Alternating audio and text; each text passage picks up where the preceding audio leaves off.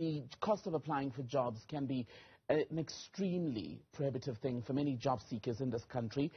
Now, because many of the people in this country still, for example, would have to fork out extra money to make copies, to travel to get them certified at a local police station or a post office, for example. The Department of Public Service and Administration has now announced that job applicants will no longer be required to submit certified copies of their educational qualifications and other relevant documentation when they apply for jobs. For more on this, we're joined by Sia Mama from the Assembly of the Unemployed. Sia, a very good afternoon to you. Welcome to the program. So let's begin first with how the original requirement was. How was it a hassle? How was it prohibitive? It was quite bureaucratic. It was very bureaucratic. But at the same time, I don't think that was mainly the issue. I mean, police stations are closer to each and every ward. For example, in the Eastern Cape, each and every ward has its own police station. But the issue is the issue of making CVs, the bureaucracy of making CVs, traveling to the place of employment, having to type your CVs. Those are the issues that we deal with. And if you also look at the open debate report that said the surveys that they've made over 220 young people, it said that it's actually bus fare and the cost of internet that's causing job seekers, young job seekers, about 2,000 a month for them to look and seek jobs, not the issue of certification. So, and this also brings us to the debate around the need for a basic income grant to actually fund job seekers. And it must be said, we must state this now, that what these new rules from government mean is that not every applicant will be required, right, to make copies of their educational qualification and other relevant documentation. But if you are shortlisted, there will still be that requirement to make those submissions. How much of a difference, then, do you think this requirement will make in encouraging or getting more young people in this country to indeed be able to apply for work in government? Tembegile, people are applying for jobs, and that's why you have this huge number of discouraged workers. I mean, that sets out and that puts out the bureaucracies that do exist. But at the same time, it won't deal with the issue of unemployment that we're dealing with. It won't deal with the crisis of unemployment that we're dealing with. To deal with the issue of austerity, which is causing wage freezes, employment freezes within government as well. So those are the issues that we also need to deal with, and those are the issues that we need to consider dealing with. Austerity, budget cuts are the main issues that we need to deal with.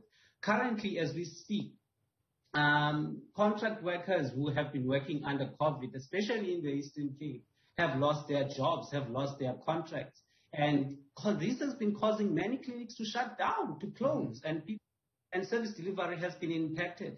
So the real issue here is the issue of budget cuts and dealing with austerity. And of course, what we do need and what we really need is not austerity, but a taxation on the introduction of wealth tax and corporate tax.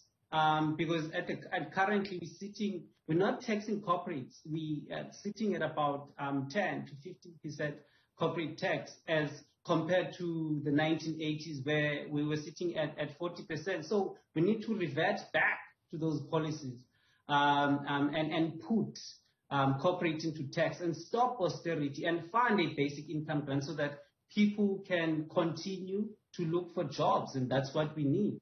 So what I'm hearing you saying is there isn't a shortage of job seekers or people making the efforts to be able to apply for jobs, even if there is the issue of transport and access to internet. What is lacking are the actual opportunities. And I wonder if there is, you think, an easy way to tackle everything which you've just listed in the short term. So the only thing that we can talk about in the short term, and I mean, we've we've talked about this, and this, by the way, comes after a report, a survey, and a comprehensive research that says, oh, actually, job seekers are spending over 2,000 a month looking for jobs.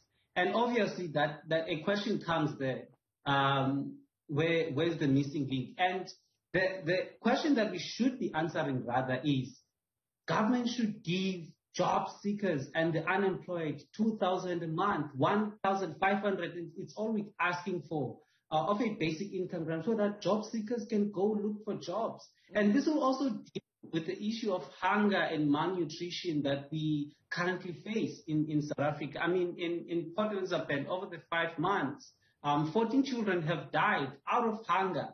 And this is a serious problem.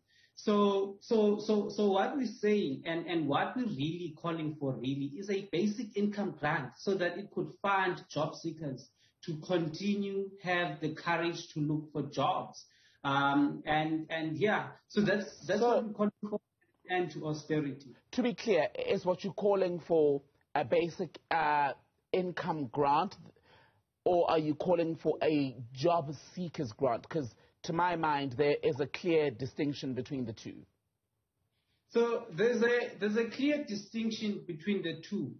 But what we're saying is that each and every person who's unemployed should be able to get a social wage, and a basic income grant is what we're calling for. And that basic income grant would cover many things. It will cover many things. Currently, we do not know, and people are finding elsewhere, job seekers are finding elsewhere money to look for jobs.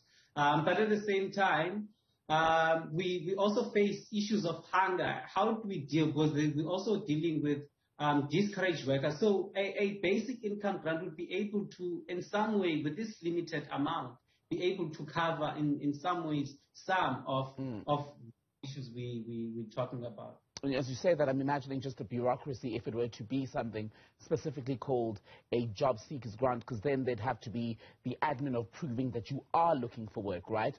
But something else that the EFF has put out recently was the suggestion of a graduates income grant for graduates who are still unemployed in South Africa. Would you be in support of that? Well, it also doesn't solve it also doesn't solve the problem, because you in South Africa, Tendekile, you have about over 45.6% of the population unemployed. And for this 15 million people each and every month go to bed hungry. Now, when you create a situation where you say you have graduated, you are educated, this is a grant only that applies for you, it doesn't deal with the problem. It doesn't deal with the problem. We need, as we calling for the taxing of the rich for reindustrialization, and we're calling for the stopping of illicit financial flows, so that the money could be directed into reindustrialization. As we calling for the corporate tax to be up to 40%. We're saying this should be met with a basic income grant, because some of these things happen now. So once if you say that then graduates must and the other rest of the unemployed people should not, then it doesn't help the situation, because we will still have the problems of inequality.